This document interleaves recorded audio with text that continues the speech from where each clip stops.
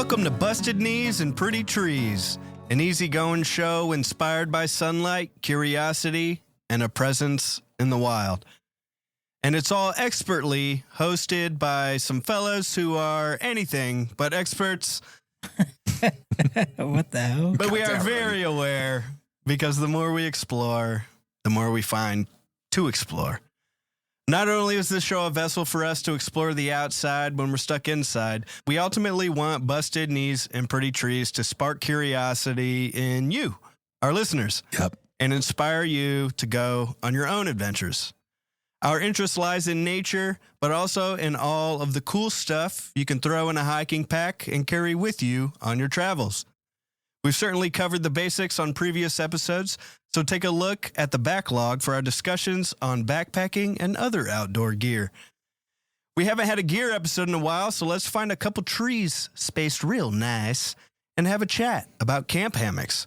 So hang around for a new gear episode. Let's go. We're back. I am Travis White, board game master. That man over there giggling, shades on, seat back, feet out the window, cig dangling, cool as a cucumber in any board game trail challenge situation, fully loaded on Stoke without a care in the world. Man. Bradley Greer. Fully stoked. Fully stoked. Max stoked. You were max He had stoked. so much stoke, he had to start dumping it off the edge. Yeah. I feel like that carried over into your real life because you walked in here kind of dancing to the MJ. You made some jokes. Like I was like, damn, Brad's Did you rare see form that tonight, high homie. kick he pulled Yeah, he off? high kicked. He Michael MJ Jackson? high kicked. It's And pretty this good. studio's like not big, so he caught. Everyone saw it. That Or thing both of us. snapped like a whip. Yeah, it did, Brad. You coming in here with that stokage, bro.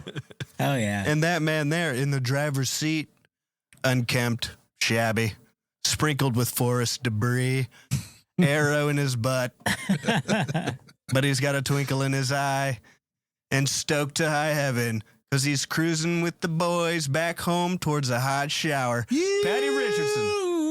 Yeah, I am. Yeah. Ooh, that first hot shower after a trail. I kind of want that right now. I stoked you up for this episode. Dude, I am stoked. Yeah, I gave you plus max stoke. 50 plus stoke. I'm going, 111? You gave me 100. I'm at 111. I mean, you sound like you're 111 right now. I'm jazzed up, dude. This is vacation day. This is an episode before we take off. Like, Daddy couldn't be any happier. Oh, yeah. right You're now. going to Charleston. Yeah. Brad's going to Costa Rica. Yeah. Yeah. West Coast to East Coast. Let's go. We need a name for it. Brad's Bird Bonanza Costa sounds Rica good. edition. I wonder if there was Brad Bird's birding. That sounds good. I did have to promise it's not all about birding. Oh, you had Yeah, because you're going make a with promise in writing? Or Well, is I'm this not the more only like one a- on this trip. Yeah, I understand, and that's nice. I'm glad for you. We'll see how that We'll works see how out. that goes. I told Ashley and her dad and Sebastian last night or the night before that I need everybody to keep eyes on me because I'm probably going to be looking through my lens more than I am what's around me. Oh, yeah. So I plan on running into a few trees, sides of buildings, whatever it might be. But That's one thing Sarah is very good at. yeah, If I'm about to step in a pile of poop yeah, on the trail, yeah. everything. Great. Like you got to have a good sidekick to keep an eye spotter. out for it. Yeah. It's a Oh, spotter. she's looking out where your feet are Oh going yeah. too? She's looking at the ground. Yeah. Oh, She's like your she's almost like a rock hound. your eyes are up. Yeah. That's the I'm point. not Yeah, but watching. she's just looking at your feet. She's Well, I'm not finding any watching cool where rocks. Well, more just worried about me, you know. Dude, Terrible experience. whatever. Yeah. It's vacation week. The season goddamn it. has started. Yes, it Trip has. season has begun. It has, because shortly after this, it's the birding festivals. Yep. I mean, let's Then go. shortly after that is the kayaking trip. Yak trip, Then 190 shortly after miles. that is maybe Shenandoah. Maybe my Tossing it around. butthole. It's ramping up fast. Yesterday we had a coming hot and freaking fast. amazing day. Yeah. And then today it's Yeah. Patrick. He's got his arms crossed because he's freezing. yeah. We're back down into the 30s. I know, bummer, I but think it's about the end of it. So it's whatever. it's time to get Anyway, what's your name, guy talking? my name guy talking. You didn't introduce yourself. Did I not? No, I don't think so. I don't think so. I Yeah. said I was Travis, the board game master. Oh, you are Oh, Travis, yeah. the board game master. Very beginning. Introduce Okay. himself. Hey, there's the News Panther. You had a fitting intro, Travis, in our little discussion because you guys didn't know this, but this week's News Panther is almost like a spring PSA on getting out there in the Southwest. Public service announcement. Yes. This one is a shout out for Patty and his folk for when he goes to the desert eventually, Whoop, whoop. like he wants to. Yeah. You guys are coming with me. And I I'll don't care probably what you go. say. Yeah. I'll go with you. I do want to say that sometimes when looking for me and Walt, we're out there, we're boots on the ground looking for stories to tell everybody. Sometimes we come across some weird stuff. Like we've given SFgate a lot of love. Yeah. They have a lot of great articles. But there was this one article that caught my attention. At first, I sent it to you guys to look at, but then I deleted it because I wanted to talk about it on here instead. Oh, is that what that was? Yeah, and this was a couple hours ago. And so the headline said, I tried living the park ranger fantasy and spent most of it picking up garbage.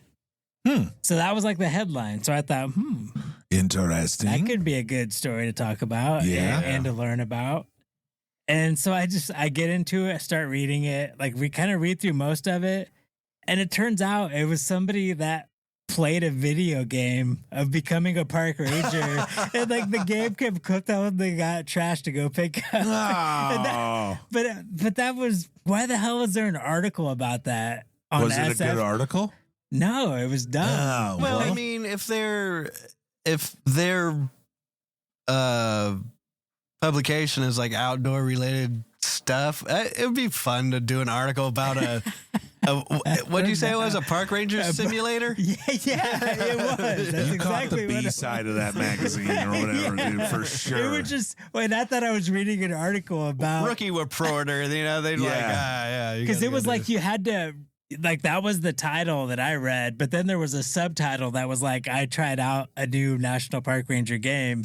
But then when it goes on to the article, like it doesn't say anything about it being a game. And I didn't read that little subtitle that said like it's a park ranger simulator.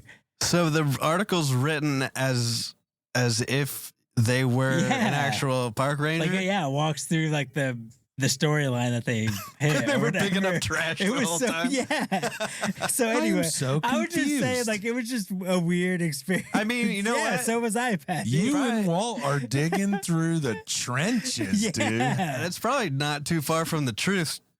But anyways, so That's yeah, true. it's probably is because they were like, I see this sign that's crooked, this like bathroom doors like hanging on the hinges. Yeah. Like, but then I got a emergency call to go pick up trash. Just some or something. dipshit who's 20 feet away from his backpack. Yeah. Like, I gotta stop and tell him he's a dipshit. Disgusting. Well, so this next story, back to the original, like it's hiking season again, the PSA.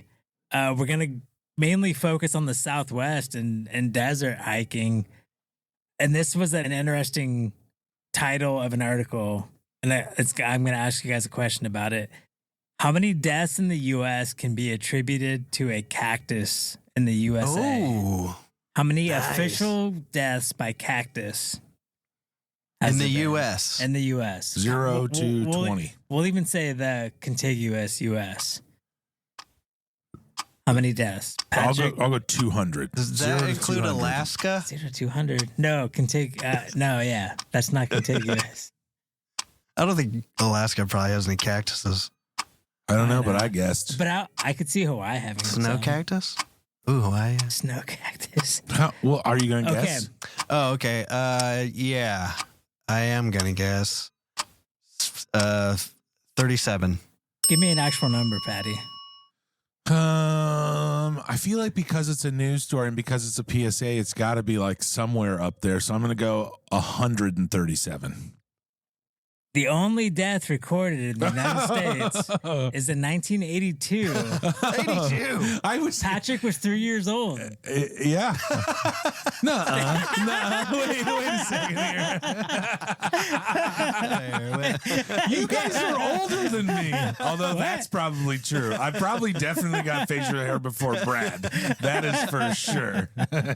All right. So in 1982, 27-year-old David Grundman was famously crushed after a saguaro cactus fell on him, resulting in his death. It's not the cactus. Okay. Gravity killed his fucking ass. This is gonna get even crazier. Like how the cactus killed him, or why the cactus fell over. He's in America, in Arizona. Hey, he got his pistol on him. Shooting it with a gun. Him and his buddy out there shooting it with a gun. And it fell on him? It fell on him. They shooting it from 5 feet away? What the fuck are they doing? It was like one of the really old 30-something foot tall. Yeah, they can saguaro get real cactuses. tall. Think about that. Think about that in Indiana. You're in a forest and there's a tree. And you're just shooting the hell out of that tree until it Timbers falls on you and kills you. That guy had pretty good aim until it killed him. Yeah, and just for the record, saguaro cactus are protected, and it was illegal for him to be shooting it. It didn't say exactly where, but it was in. Dang, back in 82? Yeah, crazy story.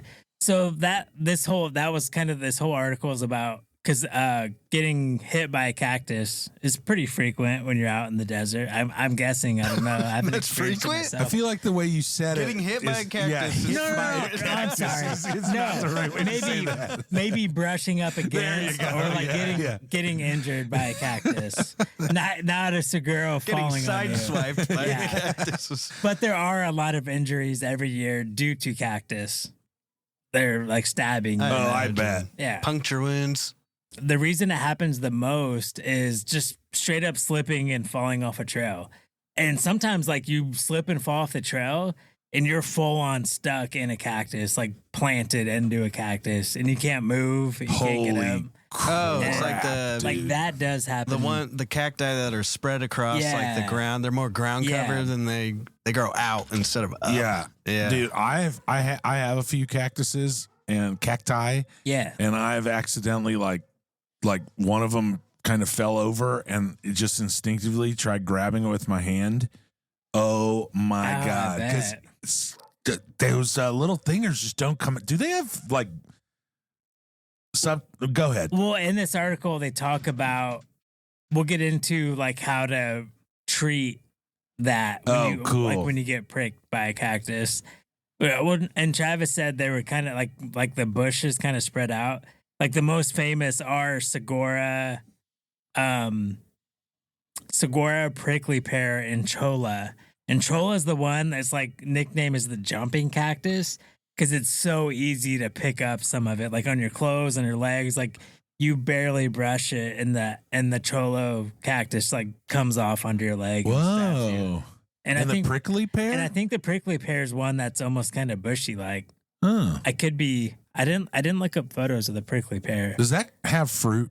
Does the prickly is that where you get the fruit? Yeah, and like it's like red. Yeah. Yeah, and it looks like there was probably spines on it. They're kind of like the long, flat leaves. Yeah, prickly pear. And that's just, I mean, it's like the burrs and stuff you pick up when you're wandering around the woods around here. It's just a way for that plant to propagate and get around. Darn skippy, baby. So many of these grow in the best Southwest hiking states, Arizona. Arizona has the greatest diversity of different cacti, because there's around 200 species in North America, and most of them are found in the Sonoran Desert in Arizona and the Chihuahuan Desert in Texas. But then Nevada, Utah, California, and New Mexico all also have a lot of the species of cactus. Wow. So Patrick, like you were talking, or one interesting thing I saw, like why cactuses are the way they are, is growing in the desert, you're a source of water. So that's the way they protect themselves against animals eating them for their water. Like it's kind of a You're talking about deterrent. the spines? Yeah. Yeah. It's like a deterrent. Yeah, because Hell they yeah, just that'd be a absorb deterrent. at like any moisture that they can get a hold of. Yeah. And they got, what, are they considered like succulents basically? Yeah. Yeah. Yeah, and then they have that hard, like meaty, leathery Yeah. outer shell that protects them from, evaporating that moisture and whatever's outside, and then they grow the freaking spikes and protect- spines to protect. Because it is like an inner fleshy, like watery. Which is so Yeah. crazy because that around, especially being from the Midwest, like the only thing you really see are those little ones in little pots Yeah. at stores or Yeah. like aloe vera or something like that. And I think that's why I want to go to the Like a desert because I 22, want to see 30. these monsters. I mean, Hell seguras can grow over 60 feet tall. Yeah. Or up to 60 feet. That is awesome. Yeah. So one way to protect yourself against it, there's not a lot you can do to protect yourself, but keep from falling off the trail is one. So like knowing where you're hiking and wearing steady shoes or long pants. that's like 101. Yeah. Like hiking. But it there. is. Yeah. I mean, think like you're in Sedona, you're in your Birkenstocks. You're just gonna go hit up one of the what are they called? The vortexes and channel some chi.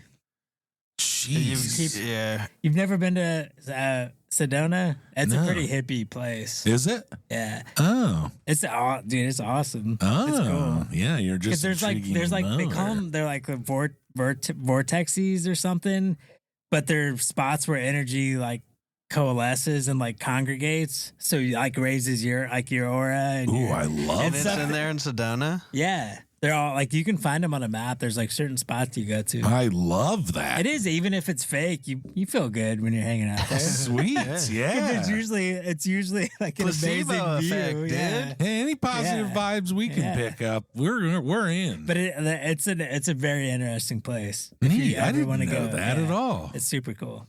Huh.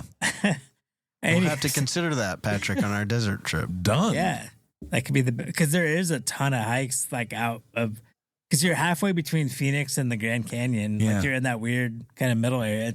It is absolutely beautiful. It's amazing. I'm telling you, I'm on board. I would like to do a multi-day backpacking trip in the desert. All right. Well, so if you do get pricked, experts recommend not using fingers. Like don't pull it out with your fingers. Use tweezers or pliers because they can have those like hair kind of barb things on them. Yeah. I think it's called glow kids, Oh. are like the tiny little barbed things that you can barely see. That's going to be really hard not just to pull it out right then Oh, and yeah. there. Oh, real hard. Well, Like, so- just leave it till we get back. So one of the guys they talked to say like he carries a fork with him, and I was wondering if like a backpacking spork would work too, because you're basically like I'm talking when you get a one of those jumping ones on you, and you want to get under it and pull out of the barbs like without having to grab other barbs to pull on to get it Yeah. out. So if you can get some leverage underneath it, like he said, he always carries a spork. Like, get as close to the Yeah. problem as possible. He's an exploration geologist. Travis, What? do you know what an exploration geologist is? I've looked it up, so I know I'm quizzing. Is that you. like you just go to places that haven't been explored before and look at the rocks? No, you're looking for oil and gas and natural resources. And No, stuff. that is nowhere near as That's interesting. what I thought. They gave themselves a pretty cool title. That's just did. too obvious. Yeah. Yeah. Travis, I feel like the desert would be prime you. Like Oh, yeah. I get one of those cacti spines in my leg or whatever, and you pull out your massive med kit and you're like, all right, dude, tweezers, check. Like ointment, check. Patty, if we go Fork together, check. I'll bring like just a tank of anti-cactus pain med. You need to Let's go. bring a tank of SPF 75 for me. For me too, bro. Are you kidding? All right, in closing, so this exploration geologist that they interviewed for this, his name's Ian Newman. He kind of had a good quote summing it up. It's almost an embracing the suck kind of thing with cactus. He said, "Getting stuck by a cactus is a rite of passage for living in Arizona. I have cholla in my fingertips right now. Make sure you're prepared, and otherwise, just respect nature.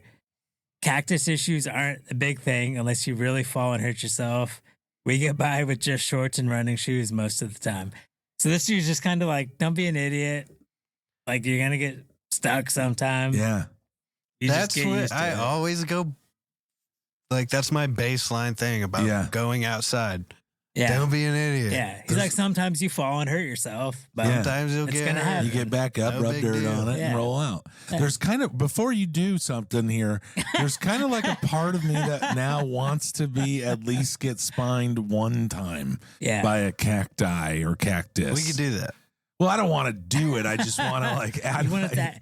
You got to put yourself. You want to be in the situation where it can happen. I We'll feel just like go what that frolic guy's in the saying is, desert I for have a little bit. cholo in my veins now. Yeah, like he's like, we are well, no, he's one like, I with the literally have cactus. some of that shit in my skin. Yeah, right now. like that's Like, cool, dude. I just feel like always that's there. just like having a trail. Is it a name, rite like, of passage? That kind of sounds like it. That's he said. Yeah, he said it's a rite of passage for living in Arizona. I'm not Oh, hey. minimizing the plight of the Arizonian. Let's get stung. I'm just Patty. saying that if I came out of that trail like I got stung, I'd be like, I got stung in Arizona. Let's get bit by a And now it's in my- rattlesnake. No, that is too far. Honestly, that is far more scary than. Because I remember Brad and I were talking Scorpion, one time when I was trying to convince him to do the trip before one of our other trips, and he brought up the amount of insects or stuff there, and I was Kayak like, trip. kayak trip. Yeah. We were talking about that, and I was just like, oh. I don't know why it never dawned on me, but it still doesn't scare me. But like, dude, snakes are not my bag. Scorpions are certainly not my bag. It's weird. As much time as I've been outside the last year, I don't know. I've maybe not seen one snake. No? You think I would? Maybe it's because I'm always looking up, Yeah, yeah. and I have Yeah. come across them. I just haven't seen them. But they're pretty, like, evasive. Yeah, but even like a garter snake, like I haven't seen anything. Especially in the forest, it's going to be hard to see. Like, it's easy to see them around your house because there's just this weird wiggly thing. Yeah, On- moving around your grass. Moving around 90-degree Yeah, angles. yeah. Hey. Here we go. That was good, B-Rad. Thank you very much for that. Yeah, springtime PSA. I have a new goal in life. Be stung by one cactus one time. Preferably a One cactus, saguaro. one time. If I got stung by a saguaro, So are you going to be walking around like picking the cactus you want to be stung by? No, that's what I'm saying. Like, Not that one. I'm not going to purposely do anything. I just want to like, what's Just, that? just happen Like, upon it. oopsie poops. You're like, Oh, no. oh, guys, oops, I just got stung. Look at what jumped on me. It's on his butt. Nah, dude, it's my new goal, and I don't care. It's on my life list already. It's happening. We got a wonderful one. We're going back into gear, dude. Yeah. It's been a long time coming. We started off as a gear podcast. We do a lot of other stuff now, but every so often, we like to get back to where we kind of cut our teeth. You know, got Yeah. our jibs. It's one of those old ones that we've mentioned about 100 times Yeah. on this podcast, but we've never actually talked about them. yeah, Hammocks. hammocks. Some people don't even know that you can just go Hang out between into the two woods and trees. just go hang around. And, Man, let's go into it. You boys ready? yeah. Yeah. Yeah.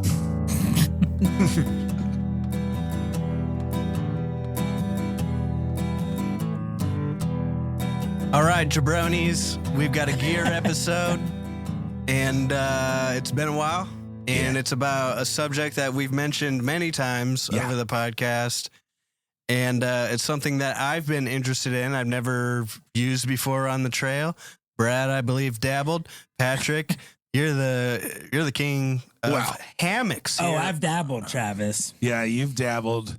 I've hammocked for quite some time. He's been hammocking for quite some time on his Yeah, resume. Are you, I are don't- you I a do- recovering hammocker? I don't want to be dubbed the king of hammocks because that's certainly not the case. But if I had a choice, and most often I try to put myself in a position where my choice can be a hammock, then I'm going to go with my hammock and hammock accessories for sure over a tent. Oh, hammock and hammock accessories. Well, Brad and I were talking off air, and I think that definitely their like base hammock probably not the best way to go all the time at all ever. Yeah. unless you're in your backyard with a certain kind of hammock that we'll probably get into. I imagine most people are familiar with your backyard hammocks, the like little ropey netty thingies. Yeah, it's called, I believe what they would refer to as a bridge hammock or backyard hammock. That's for sure. It is kind of funny because I was thinking about talking about those kinds of hammocks and thinking that would be like talking about backpacking packs and then going all the way down to JanSports that you take to school. Yeah. Yeah. As I was loading this up, I kind of... you dare. Hey. Yeah, shit on the JanSport, bro. They're apples and oranges, man. Yeah, okay. I like them both. Yeah, that's but right. they're for separate. I've got a occasions. JanSport that has been just killing it for like 15 years. Yeah, I'm with you on that, dude. Yeah, but I think when I was looking at this, I stuck with, obviously you have to mention the backyard hammock because everybody does know those, but the two main kind of... That's the first thing that comes to your mind. Right. Are the gathered end or the bridge hammock. Those are the real two ones. More, I think, specifically now, the gathered end hammocks are really just, that's your Eno, your Wise Owl, whatever brand that you can get them for $25 a pop now. And Are they're awesome. those are specifically camping hammock? Yeah, brands? I mean, I've seen videos of people putting them up in their living room or their backyard. If you have a stand for your backyard hammock, then you could strap a gathered end on there, no problem. Yeah. You'd have to probably get it to where it's nice and tight, but for sure. And what a gathered end hammock, for anybody that doesn't know, it's where the ends are kind of bunched up, all like that hammock was cut at a square, and then they kind of bunched up or gathered that. And it's end more of a and then fabric. It's not a net. No, Or yeah, is it it's a more. net? It's most certainly, probably, I would assume, unless you can buy like backyard hammocks in a gathered end style, so it's a cloth or fabric. Yeah. But most often they're all like a nylon, almost like a parachute. I think that's what most people say, that it's like exactly. It is a parachute, just done So can you differently. use Super it lightweight. as a parachute if you like jump off a tree? I don't like heights, so I'm not jumping off nothing. But that's where the crossover happens from your backyard hammock to your backpacking hammock. It's pretty much like the end of it, like the ends of your hammock, because what a bridge hammock is more specifically to your backyard hammock, but I've seen a lot of setups. We saw them down at the backpacking festival last year where it has kind of that built-in exoskeleton. Oh, it's got structure to it? Yeah, structure to it. So a gathered end hammock, the way that those kind of work is that your body weight creates the sleeping surface. Yeah. Whereas a bridge hammock, it's They're like a that sausage. surface is flat and it's already there. But, in terms of backpacking, that's why I said the more like the kind of hammock that's really catching the vibe right now, and for the last, like, I would say like 10 years or so, is the gathered end, because Eno kind of kicked it off. You know what? Like, I'm embarrassed to say this, but until I actually got a hammock, and like you told me, we'll get into the like straps and stuff here in a little bit, and I got the Atlas straps, and like in my mind, I could never picture how it actually worked, like how the system hung up and like how it all worked until I did it. And for some reason in my mind, I thought the Atlas strap was like you strap it around one tree, string it across, go to another tree, strap it around that tree, and then somehow your hammock's hanging in the middle. That's actually a pretty sweet concept. Yeah, like that's what in my mind, that's what I always thought it was. Like all the loops on the Atlas strap are just like horizontal to you in the air. Yeah, and you just somehow like torque it tight. Well, hang on now, fellas. We're on hammocks, not hammock accessories. Well, I'm trying to get the picture of how these bunch hammocks are like hung. So because that was a big, like something I never understood until I did it myself. Well, I mean, to not go into the straps quite yet, the hammock, the gathered end hammock you'll have, and I would imagine I called it a bunched end or something. Yeah, it's okay. Well, you know what? You've been out there once. You're still working on it. Bunch it up. And it does look like a bunch, that's for sure. But at the end of that bunch, it's kind of like looped around, and that's where you have like your what do you call them, the cord, like the the Like thick, the thick 550 rope cord. that's on thick there. rope, like Yeah. bungee Your cord anchor. almost. And then on that bungee cord is a monkey clip. I always call them like C clips or whatever they're called. Carabiner. Carabiner, thank you. So that's at the end, and bridge hammocks the same way. Just kind of one more point too with just the hammocks, and we'll get more into all the accessories you can get later. But one of the big things that I noticed as I was kind of researching these bridge hammocks is a lot of bridge hammocks, like the ones we saw down at Damascus, was they're all, a lot of them are like all in one. Like all of your stuff is in this hammock already, so it's not a la carte almost. A tent that's hanging from tree to tree, suspended in the air. Like you have your canopy and all that, and it's like you got to undo the zipper to get in and get out. Like there'd be two, like you would have the hammocks on the Atlas strap, so you'd have the hammock, and then the way you do it with a rainfly or a bug net. More of it's the bug net that's on your actual unit that you buy.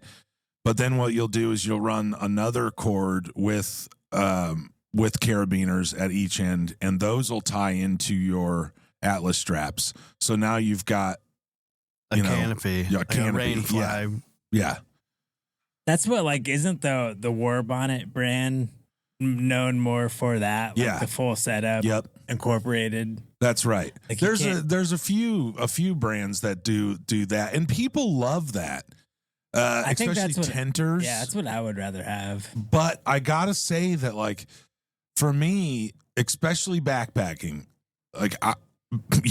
this is gonna sound stupid because of the kind of tradition I have on the podcast, but when you set up a hammock, I think outside of sleeping on it, you're in your hammock the rest of the evening or the afternoon when you're at camp, because it's a chair at that point. Yeah, it's like a bench. You don't have to lay in it. I think I've read something where there's 121 ways to lay in a gathered end hammock and to be in. When we were at your property before the kayaking trip, I was sitting in my hammock, and I could never get comfortable sitting in it. Well, the bottom of my legs got sore. And we talked about this too, and we'll get into even the sleeping side of it. But even that day, and when we were out camping on the river, there is kind of a learning curve. So it's not something that you're going to jump into and this is the best thing ever.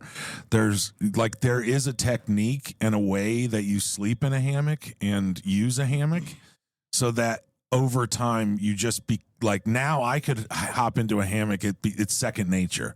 But there was a moment where I was like, God damn, this isn't comfortable. I don't know where to put my head. The Birkenstocks fucking come off perfectly. Oh, dude, I have my setup. I know what I'm doing. But it is right in the cup holder. But there is even a cup holder too, so I get it. But no, what I mean. It's everything. So I do understand what you're saying, Brad. But at one point, your backpack was uncomfortable until you understood how to wear a backpack and all that stuff. Your camera was uncomfortable around your neck until you got the right shit. So I would implore you to come out with me more and hammock away. Practice your hammocking. I haven't given up on it. I'm definitely gonna try. But I think it has to be the perfect trip for it to work out. Whereas a tent works all the time. I mean, you can't plan for a perfect trip, Brad. Right. So that's why I don't know. Why hammocking's hard. I don't know of a way that hammocking, even and that's why I wouldn't at all call myself a king, but even I get nervous. I have all the accessories and I still get nervous as to, but I can't imagine a reason why you couldn't hammock in any environment other than one with no trees. Yeah, that's the thing. I need to invest in all the accessories we'll talk about. Yeah. I'm going to take. I've made a promise to myself that I'm going to do one trip just cowboy camping with a small tarp, and that's it. My first time at the Pine River, Ty Van Meter, who we had on an episode a while ago, he forgot his tent, his tent. He went camping and forgot his tent. And I let him use my hammock, and I cowboy camped the whole week. It was awesome, dude. Yeah. I loved it. Now I would have been SOL if it rained because I had nothing else. But dude, Yeah. it was sweetness. Just one more thing too, in terms of like sleep system compared to the tent, because I think that's overall kind of what we want to get down to, and a little bit of that. A hammock body alone, without any of the accessories, could be like 6 to 12 ounces. That's it. And that's it, your like, base, and that's that's no like that's no accessory. cover, Yep. Straps. No straps, no nothing. rain, Yep. protection, no straps. That's right. And then you're also looking at like probably a softball size when your stuff sack is like brand new, not stretched out. Probably a softball size thing in your pack compared to a tent that's longer, bunched up, your tent poles, all that's if you use tent poles. So I mean that's intriguing right there. Oh, just the weight reduction is intriguing. And then It's huge. if you did have all the suspension system and all the other stuff, the numbers that I was seeing, it goes up to about 8 to 16 ounces only. No, you're out of your ass. That's what I was seeing. You're out of your ass. Whoa. You only went up 2 ounces from the bare basic hammock to all the accessories. You went from 6 to 8 ounces. Maybe there was a 1 there, dude. No, there's Now no you're way. saying that it doesn't make sense. There's Wait, no let me way. look at my notes. Oh, with suspension system only. So just with like the Atlas straps. That's what it is. The way that you attach it to the And, like, Yeah, because the I- tree, or your yeah. posts. Like I have the War Bonnet complete shelter system at 42 ounces and the hammock with suspension at 26 ounces. The gathered end hammock? Yeah. No, it's way less than that.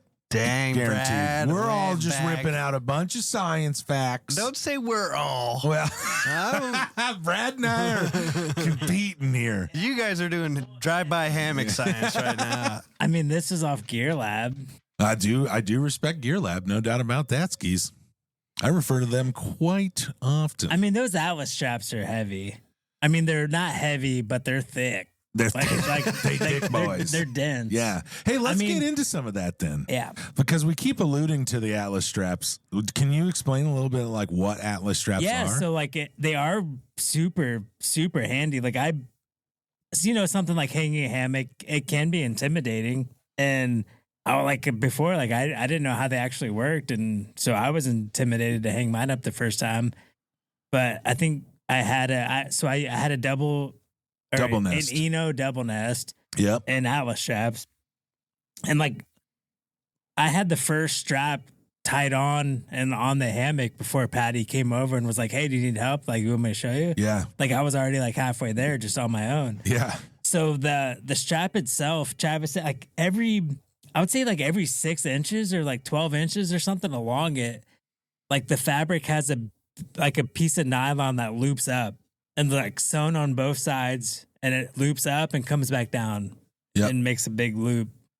And so those are like all along the length of it. From like one end has a hook that you hook on the hammock. Then those loops run along the whole length of it.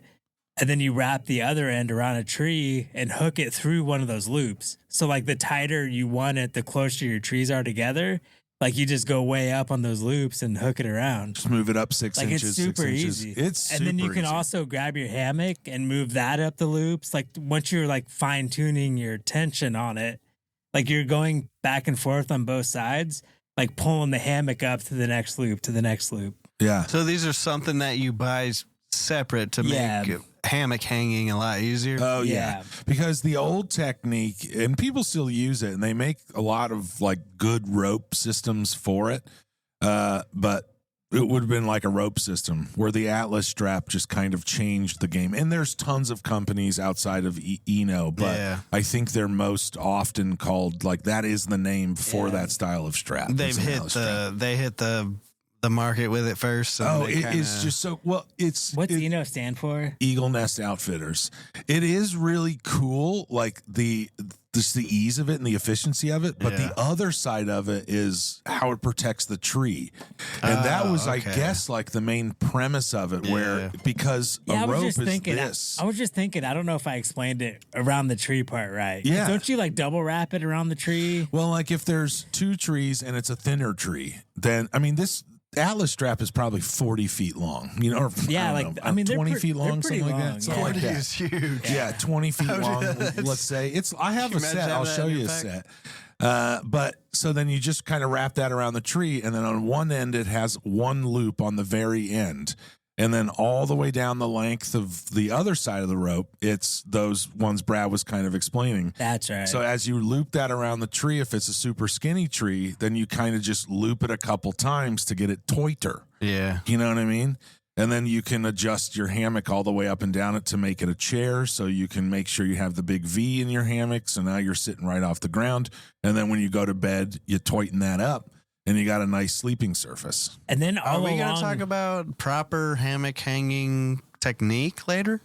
I Yeah. do. Yeah. I mean, I because that's the guess. thing. Like all along those loops that are between the hammock and the tree, then you can hang your bags. Yeah. I mean, you. It's not as tight. Like it doesn't deserve the double. No. Yeah. The double.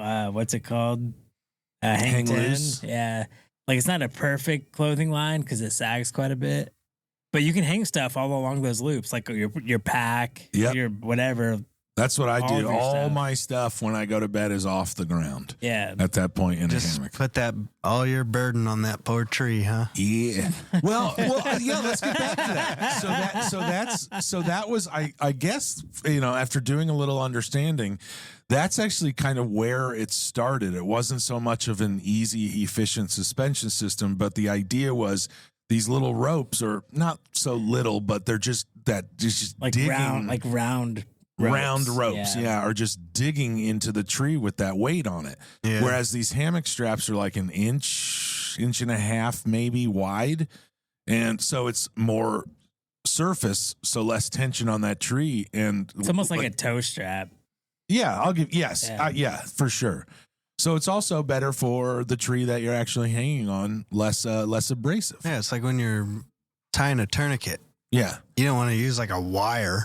Yeah. You're Piano gonna wire. damage all this Yeah. everything around it. You want to use something, the right.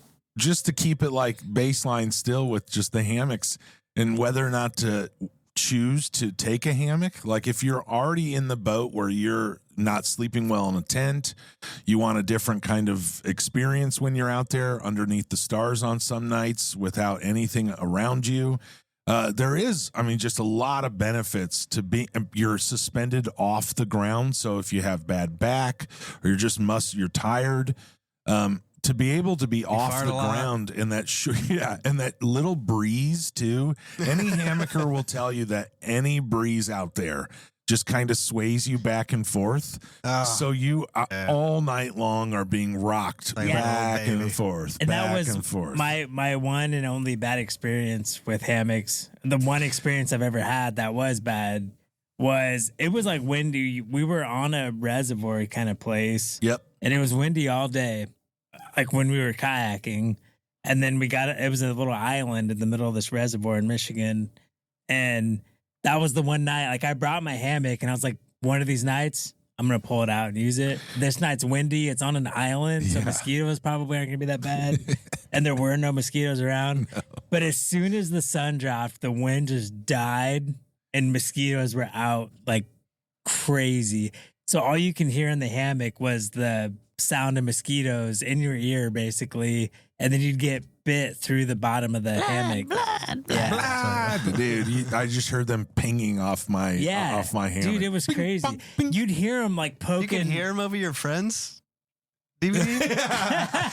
I only watch that in a tent. In a hammock, I'm straight to bed, baby. Like you could hear them trying to like poking your hammock, yeah. like trying to like zoop, zoop, like hitting it, and then finally they'd make it through, and you'd Just trying to feel get it her. in your back. Oh, they'd give her hell and they Oh, would get yeah, through. they'd get through. Brad's back was so bad. I got so up was in the my middle of old the night one. and set my tent up Yeah. and slept in no my shit. tent. Yeah. because it was that bad. Since we're talking about the mosquitoes, I guess this would be a good time to segue into hammocking accessories then, right? Because the one accessory that I could think of that would have saved Brad's back and ass, which would have been the bug net. Oh, bug net. Yeah, right? And I feel like saves your ass, I feel too. like Atlas straps aren't a accessory. I feel like if you're gonna get a hammock, You should that's get like the Atlas straps. it's like getting tent poles with a tent. Especially now anymore, where Eno used to, or is still like, I believe, an $85 hammock, something like that. So if you're going to spend the $85 for an Eno, you should, or any bridge hammock for that matter, you should spend the $30 for the Atlas straps and make your setup. I mean, you're talking ones of minutes. So what are these before you're all set up? hammock makers doing? Do they not make their own ways to I think there are strap like them up a little I've easier? seen similar ones to Atlas straps, Yeah. like the same concept. Yeah. I have like They're 3 just separate pairs of those. Name brand right now. Yeah, Well, or they're the Eno OGs. is like the first brand ever, but I believe that Atlas straps, that proprietary, whatever the shit, that is, it's Atlas straps no matter who makes. Like it's not Eno Atlas straps, it's Atlas straps. Eno makes those. You know what I mean? Whatever the Like hell. even if it was Wise Owl, it would be Wise Owl Atlas straps, which Wise Owl is just the Damn. hammock brand. You know what I mean? Or that like- was X and Y, and you just threw a Z in Like, there. I don't know. It's like Chevy. You can have a Chevy with Goodyears. You got a Ford with Goodyears. Exactly. You can get a car with, and the Goodyears are the Atlas straps. Exactly. Yes. I didn't know we had to use an automotive thing. That made analogy. sense, right? Yeah, that did make sense. That makes sense to me. They're just different. They're just a third party Yeah. accessory. Yeah. But they're Yeah. the accessory. Like you got to get it, just like you need line. tires. Okay. Yeah. So bug nets, right? Yeah. Yeah. Well, but bug nets also they don't keep you from getting bit in the back, right? Yeah, they do. Or is that a quilt? So one of the interesting parts to me is about those bridge hammocks where I was alluding to, and you can get gathered end hammocks that are all in one, is that, or I guess they're all this way. No. Okay. Let me retract that statement. Bug nets hang lower than your hammock. Okay. So it's one big net that's suspended about 2, 3, 4 feet above your hammock from another strap that you then connect to where your straps, where your Atlas straps are around the tree. Yeah.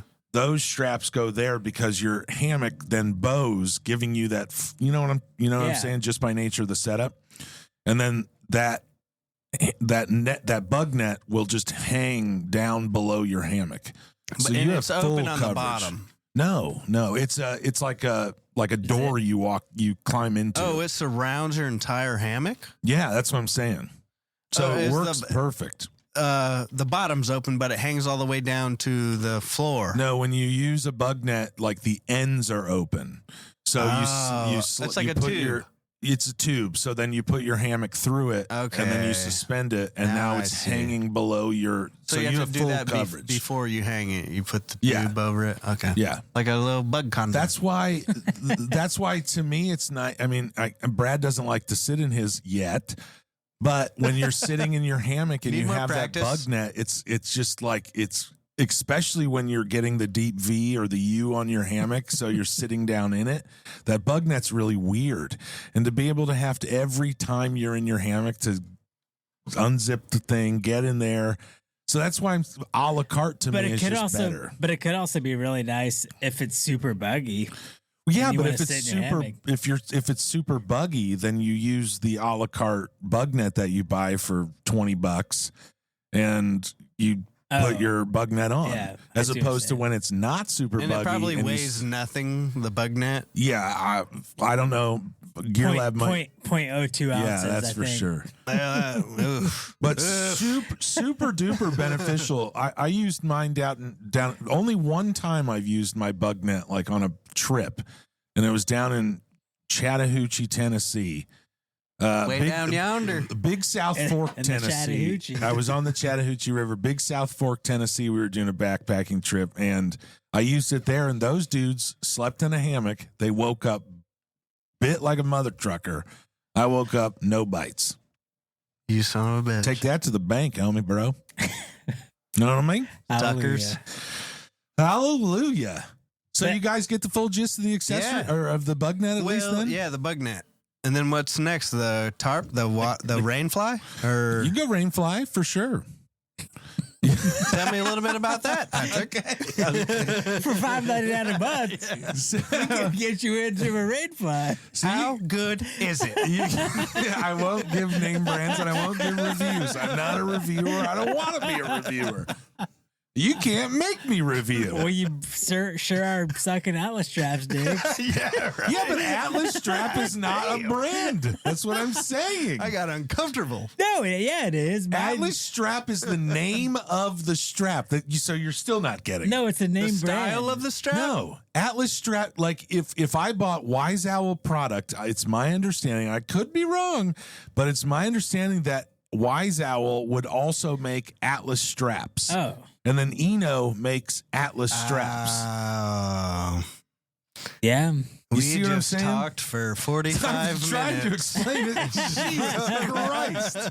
So my analogy wasn't correct. Well, it made sense to me. The tires were the Atlas straps in that analogy. Yeah.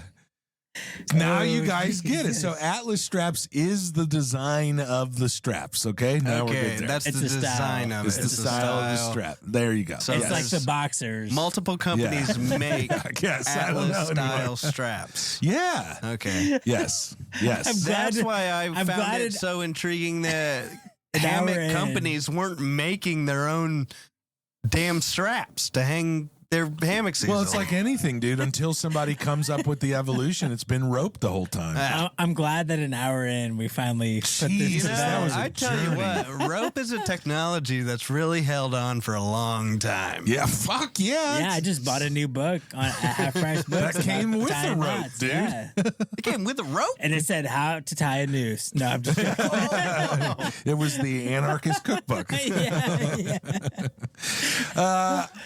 We had the quilts. The quilt's probably like one of the most important. Yeah, ones. but before we do get Oh, to the sorry, quilt, I sorry. do appreciate the rainfly because that is important, right? I mean, that is your shelter. They make what I just really quick because I think it's pretty self-explanatory. You could take a fucking tarp out there and put it over your bug net, or do the same setup with. That's how generally a rainfly would come. yeah. You Is guy- just that you same guy it suspension, down. and then you guy line it down, and you can get ones that are shorter on one end to kind of you're building like a lean-to almost. You can get, and you could do that with an overall rainfly. You can do it however you want. So it's pretty simplistic. But I will say, sleeping under a rainfly, and I woke up. I did one in the middle. I think it was January or February. We were up at our property in Michigan, and I woke up and it was snowing, or it's been snowed for a long time. It done been It done snowed. been snowed, dude, and it was awesome. And I've been out there in thunderstorms, Man, I feel like you could- rainstorms, I feel and like it you is could- really cool. I Dude. feel like if you had a rainfly, say it snowed 4 feet, 5 feet, you could almost be like buried under that shit. We Like gotta it just- angle it so that shit falls off. Well, yeah, but if it snows like you 3 or 4 could, feet, you could. I get it. Yeah. you're like, you may not be able to see daylight around you. Ooh, that'd be fun. So, but now we'll get into the quilt because you're bringing up the cold weather. Yeah. Quilts are another one of those things that you just almost kind of got to get. If you keep hammocking and want to do it, especially on backpacking trips, your next purchase after getting your kind of core setup there Yeah, see, I is feel like probably going to everything. be your quilt. I feel like everything we've covered, for me, would be a necessity. Bug thing, The hammock Bug net. itself, the hammock, bug net, the Atlas straps, the Atlas straps, no matter which brand makes them. which are not proprietary, and a rainfly of some sort. and a quilt. And a quilt, dude. which that's what we're about to Specifically talk about. Yeah. non-proprietary. You know, So the quilt is fucking awesome. I have two quilts. I have one that's thicker for colder temperature. I believe it's down to 0, and then I have another quilt that's I think rated for like 25 or 35. That's more like springtime. Yeah. And What exactly is a quilt? What is it? so what a go ahead. this was another one that I was very confused about and did not understand how it worked because I thought, like, you know how I've talked about my Zen Bivy quilt that's like my sleeping bag quilt, Your and luxury. and everything I've read online said that like one of the main things that's cool about that is you're not the part of a sleeping bag that you're laying on, and you're smashing that insulation so it has no warming properties. So I kept thinking, like, what's the point of a quilt and a hammock because you're laying on it and like you're smashing it and it's not keeping you warm. That's what I was thinking too, because I was thinking it was like you're basically putting a blanket right underneath you. Like what's that gonna do inside of the hammock? But what you're doing is he's gonna get to it. You're hanging it basically on the outside of the quilt. Underneath you. Underneath. It's like the quilt's part of you inside of a sleeping bag. Yep. Yeah. And that makes it sound way more comfortable. So it's hanging on the bottom of the hammock. Toy. Yeah. Toy. Actually, it's not necessarily toy. It's just it just hangs off it. You can definitely get it toy, no doubt about it. The toy or the warmer, I would imagine. I actually would disagree. But not smushing. Not too tight. I don't think. Careful now, Bradley. So what they call it is cold butt syndrome. That's what they call it. And I swear to Christ, if you spend any longer than seemingly one day in a hammock, you will experience this. Have you ever had cold butt CBS syndrome? in your tent, Travis? Yes, I have. I guess I've had cold body syndrome. Cold everything syndrome. You got to think that when you're suspended maybe 3-4 feet off the ground, 5 feet off the ground, and when I talked about that breeze earlier, no matter if that breeze is in the dead of summer, spring, fall, or winter, that breeze over time, sometimes quicker, sometimes slower, gets cold. 60 AF, degrees dude. can get cold. Cold, man. 70 degrees can and get that cold. breeze that's rocking you to sleep feels really good at the beginning of your night. Yeah. After a couple hours, That sun goes down. sun goes down, that breeze becomes your worst nightmare because your butt gets so cold. Your feet sometimes, or your calves, your thighs, your back gets freezing. So what that quilt does is right where you connect those monkey clips or carabiners that connect to your Atlas straps. Mm-hmm. At that junction, that's where a quilt goes on. You snap, it comes with carabiners, the carabiner in, and then now you have depending on the kind of quilt you buy, you have a barrier between your butt and that wind, that breeze, or whatever it might be. Yeah. And that's what keeps you so warm. Well, that's why, like, if you think about it, because you know how in the wintertime here in Indiana, when it's there's rain, but it's almost freezing, but you go over like an overpass, and you always got to watch out because those overpasses can get icy because that air flowing underneath it is cooling from below as well as above. And that's exactly what's happening when you're hanging in that hammock. Yeah. Like you're getting cold air above butt and size below. first. Butt size first. Do you ever sleep front down in your hammock and get that would change cold, my saying. cold pee syndrome? I have been in that. CPS? Fun story. Scary story. Our friend that passed away, Dave, our beloved Kirsten's father, him and I went down to Red River Gorge, and this was probably like my third time backpacking, maybe not, maybe my second time. And that shortly before that trip, I was introduced to Eno specifically, hammocks. And that's when I bought my hammock. Also, by the way, that's how long I've had my hammock, and it's still rocking and rolling. That's when I also bought my Eno straps. 43 years?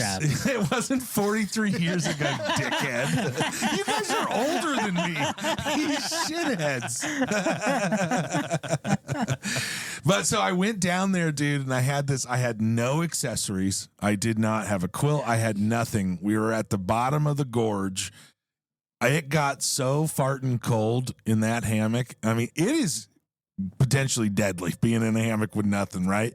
I contemplated peeing on myself for like 10 minutes just to feel the glory of warmth before I froze to death. And then it would disappear and make you colder than before. Colder than before. Dude, now I got pea ice on me. Dude, but it's just miserable. That quilt is fantastic. I think the coldest that I got down to hammocking was like 10 or 15, anywhere between 10 and 15 degrees. I was hammocking. And I think that might have been the snow night as well. Just to wrap that up. But you cannot ask for a better thing. And you think that a quilt is going to be for like more colder temperatures. Yeah. And you could certainly use a quilt even in the dead of summer. Yeah, sometimes. even like those like chilly nights, I imagine. Because I remember Kirsten, she had her hammock and she didn't have a quilt on it. I remember she was just like, shoot. Damn cold. I'm not trying to call our beloved out by any means, but I imagine that one of the factors that played into her being so eager to walk down the mountain with you, outside of just trying to help you live your life, is she probably froze her ass off in that hammock. Like that's a rough go. But you know what? She didn't complain. She didn't, dude. She kept on trucking. And I imagine she would have probably beat our asses down that trail if she was given an opportunity. So after quilts so you've got your system now with just that basic hammock. You've got your mosquito net, Atlas traps. Your mosquito net, your non-proprietary Atlas straps, that's what they're forever going to be called. Your fly or your rain fly, which could be anything you dig out of the garage. Yeah, 6-foot tarp at Walmart. Right. Yeah, it could be. And then to prevent CBS, get you a quilt. Or underquilts. Specifically, they're called underquilts. Underquilts. Yeah. Oh. Okay. So you're not buying a quilt, and that's where probably the confusion comes in. That does a lot of work on that. Yeah, it does. It holds a lot of the weight there. When you're looking for those, you would want to search underquilt, and there's a lot of great brands. I will say, because of the necessity for an underquilt, they are probably like, I would imagine, probably anywhere between the $80 to $120 range. Yeah, that was for me when I got to like pricing out, because I would, like I said, I would get all of these accessories if I were to do hammocking. Yeah. And that was the one where I jumped to where I was thinking, shit, that's as much as my like big Agnes. Right. That's what I was Like, thinking. it's no when different. when you add all of this nice, including the luxury stuff, how much does that cost compared to a nice luxury camping? It's about the same. Like ultralight. Yeah, 10 I would say it's about the same. It's more of a lifestyle choice. I would agree. Yeah. I guess I might. I would. I don't know, because you're saying it like you're Hey, being bro. an influencer. Hey, bro, it's more of a lifestyle. But I you're flipping definitely your think that Birkenstocks off. Yeah. I certainly think it's a choice. Like, it's a choice to do hammocking. Or, I want to give it a tenting. shot for sure. Yeah. I'm still intrigued by it. It's my step between tent and cowboy. I've never really talked with anybody other than Brad, and I've always said that Brad would, if soon as Brad learns to hammock and has that great night, it's on from there. Yeah. Because Brad being Brad's going to end up figuring it out, and then it's going to be like, okay, tents suck. I've got to learn how to hammock like this. Yeah. You know what I mean? Because tents do suck compared to hammocks. There's almost no doubt about it. I wouldn't say that. But I wouldn't say because that. my tent's pretty luxurious, but I also have to carry the weight of it. But it depends on the situation. If you're going, your hammock's not going to do you very good in Arizona. No, so you get it's also very high elevation. or high elevation. So yeah, you got to consider that too. You can't just, it's not that black and white. Because I know Brad and I have had some opinions off air, and I'm sure you have your opinions. But before I kind of get into that, I have the wording kind of funny in my notes, because to me there has been a huge escalation of hammockers in all around the world, right? In this kind of culture where it has taken off since Eno came out, and some of those older OG brands have come out. It's taken this sleep system idea to another level. Yeah. In terms of how you can actually be out in the backcountry, camping with your family, whatever, and how you sleep. I do feel like over the last, decade or I would say two, that, something like camping technology has just Yeah. just skyrocketed. Yeah. Yeah. Well, I mean, and we're talking specifically hammocks or like everything. Oh, yeah. I kind of agree. I didn't consider hammocks because I didn't think of it as like a shelter. As a shelter. I didn't know about the accessories that could come with it and all that stuff. So would you say that a tent is better than a hammock because of the accessibility in any climate? Is that why you? Because I would fold on that. Yeah, argument. the versatility of a tent is definitely wider for sure. Well, because some of the things I also didn't like about my time in the hammock was everything that I tried keeping near me got lost. Like either underneath me, somewhere along the way.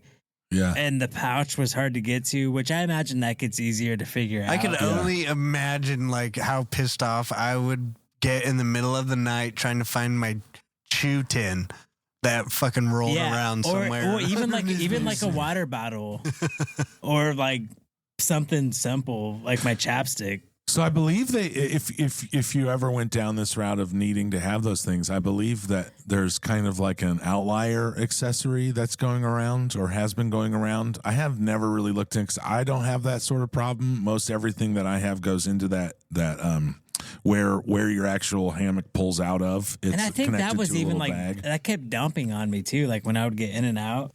Well, a great little technique with that is especially during colder climates when you do have a quilt on, you put weight in that bag, and then that bag is kind of like a latch.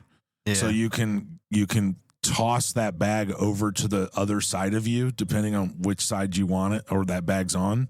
And then now you're sleeping, that quilt will come over, and now you're sleeping in a fully enclosed hammock, which is another way people end up getting rid of their mosquito or bug problem as well. Yeah. So, but I mean, just imagine that on a cold night up there, 2 trees swaying back and forth in the middle of a canoe or cocoon.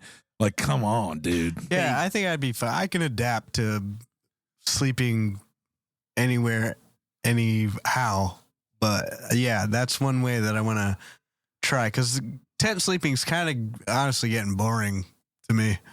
That's why I honestly might just go straight to cowboy camping. Have you, so there's an Outsider magazine article. This is from years ago. I mean, I would probably say like 8 years ago, where this journalist wrote this huge spread. 1981 when it came out. No. When the fuck did this start? Is it because my beard is graying even more? This is bull titties, dude. I don't like this. But this guy wrote this really great article about how he was convinced to go cowboy camping. And he wasn't in the desert. I can't remember where he was. Yeah. But he was convinced to do it, and then he will never go back to either hammocks or tenting. Yeah. And he wrote how he went through the transition of tenting his whole life because this is the way you're taught, and then moving into hammocks when that was popular, when hitting its like peak growth. It's like where I'm going. So there's a really, I don't know what year or whatever. I would guess was it like before 5-6 the rise years. of hammocks? Is this the second coming of hammocks? No, because I think hammocks have kind of like plateaued. So now like the people so you know it's kind of because all kinds of brands do it. It's just this thing. But then what happened after that is then you started seeing tents get better.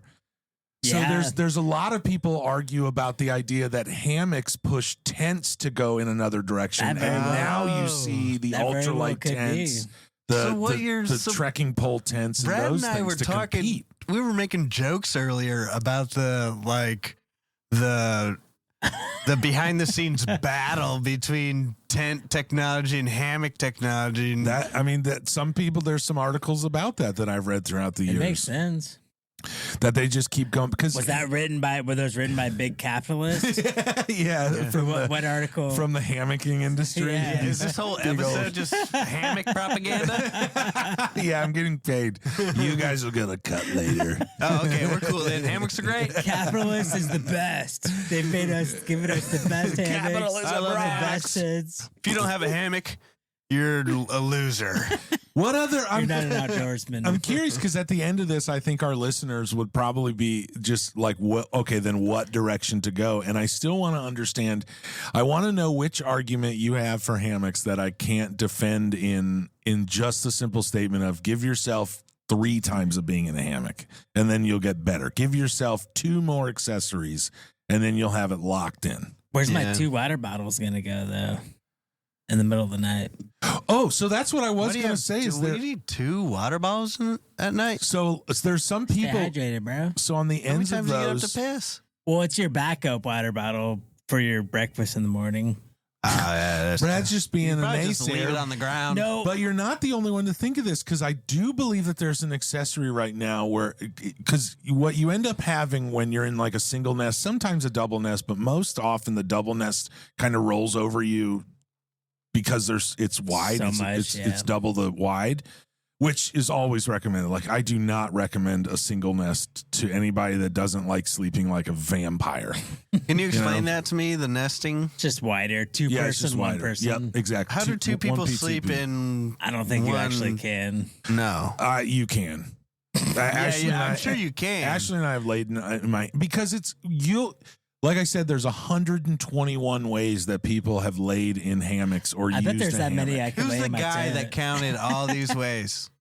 that Or dude, gal. That dude was definitely wearing tie-dye. There's no way it was a woman. You guys are just being Because only a butts, dude. guy would be dumb enough to count 121 ways to sleep in a hammock. No, I will say like that's the one of the perks about kayaking is it's a perfect time to bring both. Yeah, it is. Like that's what like the next one we go on this year. I probably am gonna look into a bug net and Yeah. try to up my hammock game. If you want to just try them, I think we have like 2 or 3 or 4 here. Nice. Do Yeah. they smell like farts or anything? No, they're bug nets. There's Oh, like nothing. okay. I've only used my bug net 1 time. Fuck it, I'm cowboy camping. Yeah. Ooh. I'm skipping hammock. Dude, if you had the weather that we had the whole time, you If would the be, weather's good, you'd I'm be cowboying. If it's not, I will carry a little softball-sized hammock with me.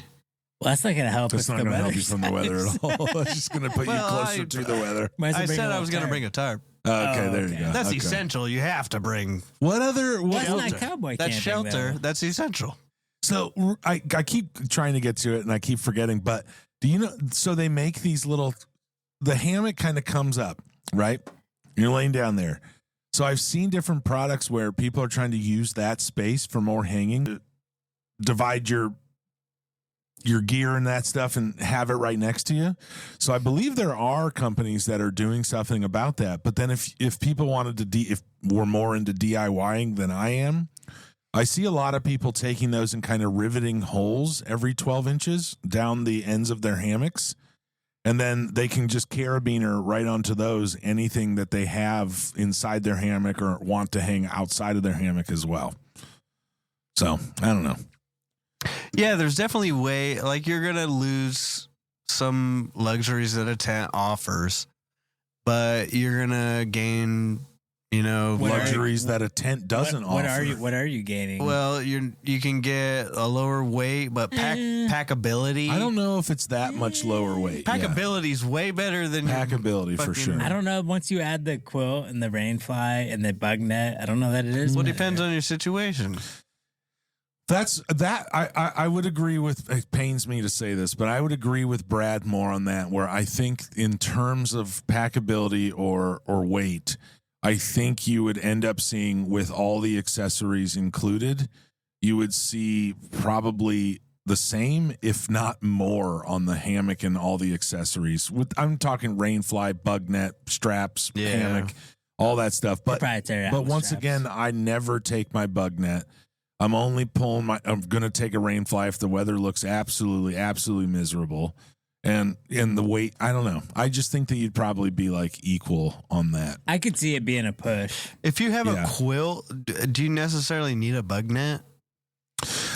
Some people don't. I don't know.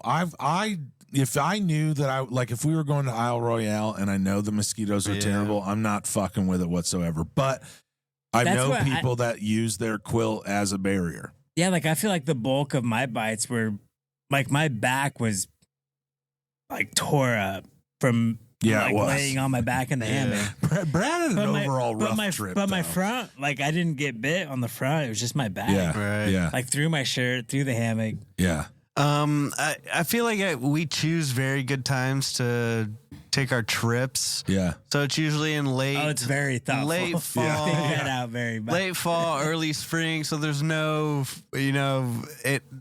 bug Yeah. freaking whatever, or there's no bug problems out. But And it's too late in the year to where there's not families and kids. It's not too hot. There's a bunch of thought that goes into this. you can really dial in your setup. But bugs is like a top 3. Like when can we go when there's not bugs? Yeah. But when we tend to do our trips, I'm not so worried about the flyers as much as the bugs that are crawling on the ground, like spiders and stuff. So a hammock without, mosquito protection would probably be just fine in, early spring, late fall, and you're not going to have any problems. All you got to do is protect yourself from the cold and the wet. Yeah, And, I agree. Yeah. I think one of the most beneficial things you're getting from choosing to go hammocking is the suspension. Yeah. I think we're missing that part of this conversation is that you're not laying on the ground. Yeah. And if you're getting older, if you're walking miles, I'm talking miles, it is unbelievably beneficial to have your body suspended off the ground. Right. And that's another thing that I don't think we've really established a level of importance to is your sleep situation. Yeah. Because you're not you don't have a sleeping pad. You can bring a sleeping pad. You can bring one, but you if don't it have goes to worry flat, about it's not the end of the world. your terrain, all that. Finding flat ground. Finding a flat ground. Because you can ruin an entire night of sleep by just not the ground you put your freaking tent on just isn't quite right. That's right. It's a deal, dude. Haunts me to this day. I look forward to getting you guys What was the name back of the out there. campsite? It was the third one on our Manistee River trip. God damn. I couldn't find the right spot. Some bitch. Hey, that's Hit a- okay. We made it though, bro. We We did. just made it through this episode. We finally dove as far as we could dive into hammocks. And I was excited to have that for I us. honestly didn't think we could make it that far with hammocks. I know. Yeah, we're But almost there's way more to it than I thought. and there's still probably way more that we didn't cover. Oh, absolutely. And it's big whoops. And it's just getting better and better. That's Because, right, dude. As I said before, we're not experts, but we're into this shit and Yeah. we love it. Yeah. And we know how to get started because we've been through it. I'm going to be curious to get you guys out there with me. With the hammocks? And hammocking. My property would be prime go for it. I So agree we'll get with up that. there. We'll get up there. Yeah, let's do All it. right. Let's go up to the property right the fuck now. Are we taking the Subaru? Yes. Start it up. Okay. I don't have. That was the RV. Let's take the RV. Let's take the In RV. case Oh, the we're gonna bugs take are too bad, right? And we don't want to sleep in the hammock. Got beer in the fridge? I'll see you guys later. Bye-bye. All right. Thanks for listening, everybody. Keep on stuntering. See ya.